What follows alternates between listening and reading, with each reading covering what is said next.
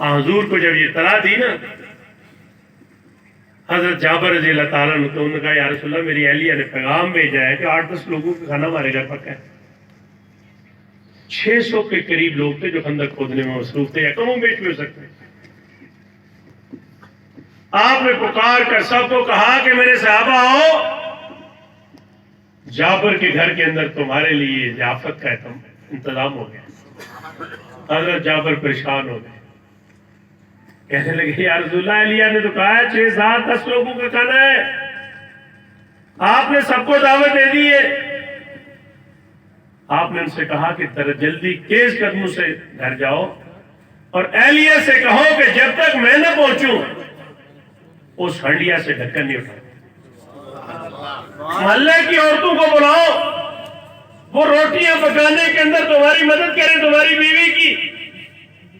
محلے کی عورتیں بھی آ گئی، کھانا تیار ہو رہا تھا. کھانا تو میں بتا چکا ہوں 8 سے 10 لوگوں کا کھانا تھا.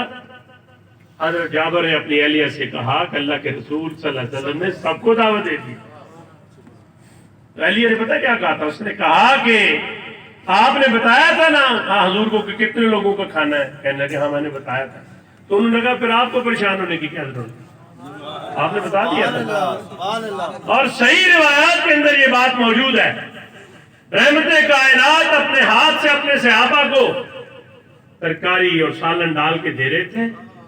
خواتین روٹیاں پکا رہی تھی، سب نے پیٹ بھر کے کھانا کھا لیے، ترکاری بھی بچ گئی ہے، روٹیاں بھی. آپ نے فرمایا یہ جو خواتین تمہاری اہلیہ کی مدد کے لیے آئی ہے نا، یہ ان کو دے دو تاکہ یہ بھی کھانا کھائیں. ابراہیم علیہ السلام جد الانبیاء اپنی بیوی اور بیٹے کو لے کر بے آب و گیا بستی کے اندر چھوڑنے گئے تھے. یہ محکمہ مال کے کاغذوں میں لکھا ہوتا ہے بے چراغ، یعنی آبادی کبھی تھی، چراغ وہاں نہیں جلتا. یہ لکھا ہے محکمہ مال کے کاغذ آپ پڑھیں نا، بے چراغ آبادی تھی، کوئی روشنی نہیں ہوتی. بے آب ہو گیا بستی میں لے کے گئے بیوی کو، بچہ ساتھ معصوم. کیا لے کے گئے تھے گھر سے؟ تھوڑی سی کھجورے اور تھوڑا سا پانی. اور سیدہ ہاجرہ نے اپنے شوہر کا پلو پکڑے، کہا ابراہیم کس کے سہارے جہاں چھوڑ کے جا رہے ہیں؟ روایات کے اندر آتا ہے کہ ابراہیم علیہ السلام نے اپنے منہ سے کوئی جواب نہیں، بس آسمان کی طرف نگاہ اٹھائی ہے. سیدہ ہاجرہ کو پتہ چل گیا کہ یہ تو اللہ کے سارے میں چھوڑ کے جا رہے ہیں، پلو چھوڑ دیا ہے شوہر کا. آپ اپنے دل پہ ہاتھ رکھ کے بتائیں کہ کب سے حاجی کھجورے لے کے آ رہے ہیں، کب سے پانی لے کے آ رہے ہیں؟ کوئی کھجورے کم ہوئی ہے، کوئی پانی کم ہوا ہے؟ اللہ کہتا ہے جو میرے اوپر توکل کرتے، میرے بارے میں جیسا گمان کرتے، میں ان کے گمان کے مطابق فیصلہ کرتا. میرے کریم آقا کے غلاموں ذرا مجھے بتاؤ تو صحیح، آج دنیا کے اندر 2 ارب مسلمان، 56 اسلامی ریاستیں، 80 لاکھ باقاعدہ فوج اور چھوٹا سا ملک اسرائیل، نبی صلی اللہ علیہ وسلم کے امتیوں کو، آپ کے نام لیوا کو، آپ پر کلمہ پڑھنے والوں کو، آپ پر درود و سلام بھیجنے والوں کو گاجر اور مولی کی طرح کاٹ رہا ہو اور پوری مسلم دنیا بے خبر پڑی ہو. صلی علی رسول کریم. اما بعد، اعوذ باللہ من الشیطان الرجیم، بسم اللہ الرحمن الرحیم. فبما رحمت من اللہ لنت لهم ولو كنت فظا غلیظ القلب لانفضوا من حولك فاعف عنهم واستغفر لهم وشاورهم في الامر فاذا عزمت فتوکل علی اللہ ان اللہ یحب المتوکلین. صدق اللہ مولانا العظیم. یہاں ڈاکٹر طارق سلیم صاحب نے بہت ہی اچھی گفتگو کی اور چودھری محمود الاحد صاحب یہاں موجود ہیں. آخری بات اور شکریہ وہ آپ کا ادا کریں گے. میں صرف سیرت کے حوالے سے 2 باتیں کرنا چاہتا ہوں. نبی اکرم صلی اللہ علیہ وسلم کی سیرت پہ ابھی یہاں پر نعتیں پڑھی گئیں، تلاوت بھی ہوئی اور پھر یہاں گفتگو بھی ہوئی. اگر خلاصہ نکالنا چاہیں 2-3 الفاظ میں تو نبی صلی اللہ علیہ وسلم کی سیرت یہ ہے کہ قرآن مجید نازل ہو رہا ہے، اور آپ صلی اللہ علیہ وسلم کے سیرت اور اخلاق کی وجہ سے معاشرہ متاثر ہو رہا ہے، اور آپ صلی اللہ علیہ وسلم کی آخری جو بنیادی کام تھا کہ اللہ کے دین کو غالب کرنا ہے، تو اسلامی انقلاب، قرآن، سیرت اور انقلاب، 3 الفاظ ہیں۔ اب اس کی گہرائی میں آپ جتنا اترتے چلے جائیں تو نبی صلی اللہ علیہ وسلم نے اپنے اخلاق اور کردار کے ذریعے سے کیسے انسان تیار کیے۔ ڈاکٹر صاحب نے پرندوں کا تذکرہ کیا۔ نبی صلی اللہ علیہ وسلم کی مسلم شریف میں ایک حدیث ہے کہ قیامت والے دن ایک جماعت ایسی جنت میں جائے گی انسانوں کی جن کے دل پرندوں کے دلوں کی مانند ہوں گے۔ اب آپ سوچئے، وہ انسانوں کی جماعت تو وہی ہے کہ جس کو نبی صلی اللہ علیہ وسلم نے خود تیار کیا۔ مکہ مکرمہ میں، مدینہ منورہ میں اور حجاز میں جو لوگ اپنی بچیوں کو زندہ درگور کر دیتے تھے، ان کے دل نبی صلی اللہ علیہ وسلم کی تربیت کے نتیجے میں پرندوں کے دلوں کی مانند ہو گئے۔ آج بھی دنیا میں کچھ لوگ ایسے ہیں جن کے دل پرندوں کی مانند ہیں۔ تو آپ پرندوں کے دلوں کی اسٹڈی کریں تو آپ کو 2-3 باتیں بنیادی طور پہ ملتی ہیں۔ رزق کے معاملے میں متوکل علی اللہ۔ رزق کے معاملے میں ڈاکٹر صاحب نے بات کی کہ پرندے رزق کے معاملے میں اللہ پر توکل کیے ہوئے ہوتے ہیں۔ دوسرے نمبر پر پرندوں کے دل ہر وقت اللہ کے ذکر سے معمور ہوتے ہیں۔ وہ قطب شمالی سے قطب جنوبی تک پرواز کرتے ہیں موسم کی وجہ سے، اور ہر وقت اللہ کا ذکر کر رہے ہوتے ہیں۔ کسی جگہ پر درمیان میں بیٹھتے نہیں ہیں، مسلسل سفر کرتے ہیں اور مسلسل ذکر کرتے ہیں۔ تیسرے نمبر پر ان کے دل قلب سلیم کے مالک ہوتے ہیں، قلب سقیم نہیں ہوتے، بیمار دل نہیں ہوتے۔ بیمار دل میں تو حسد ہوتا ہے، کینہ ہوتا ہے، بغض ہوتا ہے اور نفرتیں ہوتی ہیں، لیکن وہ قلب سلیم کے مالک ہوتے ہیں۔ کوئی پرندہ کسی دوسرے کے ساتھ حسد اور کینہ اور بغض نہیں کرتا۔ تو یہ جنتیوں کی جماعت پرندوں کا دل لے کر جنت میں جائے گی۔ نبی اکرم صلی اللہ علیہ وسلم نے ایسے صحابہ اکرام تیار کیے، اور آج کی دنیا میں بھی ایسے لوگ موجود ہیں۔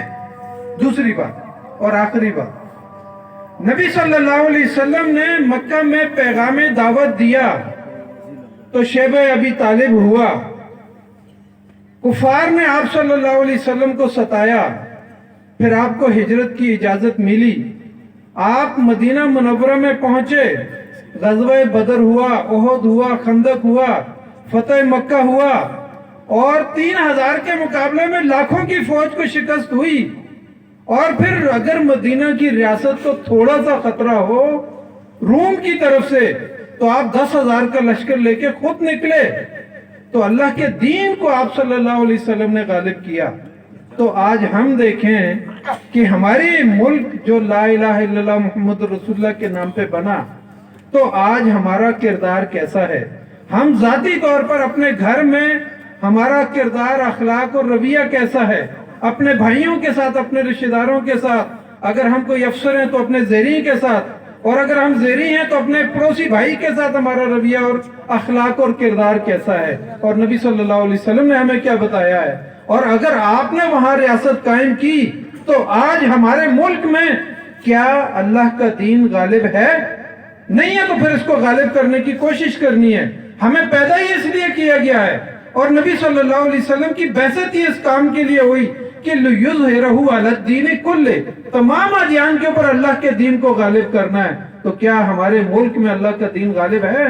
معیشت کے اندر، سیاست کے اندر، تعلیم کے اندر، پارلیمنٹ کے اندر، ہم نماز، روزہ، حج، زکوٰۃ تک تو ہم نے اللہ کے دین کو زندہ رکھا ہوا ہے، لیکن اجتماعی نظام کے اندر اللہ کا دین کدھر ہے؟ تو یہ وہ بنیادی پیغام ہے کہ آنے والے وقت میں ہم اپنے ملک کی تقدیر کو بدلنے کے لیے اٹھ کھڑے ہوں۔ بس اسی پر اکتفا کرتا ہوں۔ جزاک اللہ۔ میں چودھری محمود الاحد صاحب کا، ڈاکٹر صاحب کا، آپ چونکہ یہ ہمارے مہمان ہیں، ہم یہاں پر میزبان ہیں، یہاں پر رشید جدون صاحب ہیں، دل مراد صاحب ہیں، سارے ہماری پوری ٹیم، انہوں نے آپ کی خدمت کی ہے۔ میں اللہ تعالیٰ سے دعا کرتا ہوں کہ اللہ تعالیٰ ان کو اجر عظیم عطا فرمائے۔ جزاک اللہ۔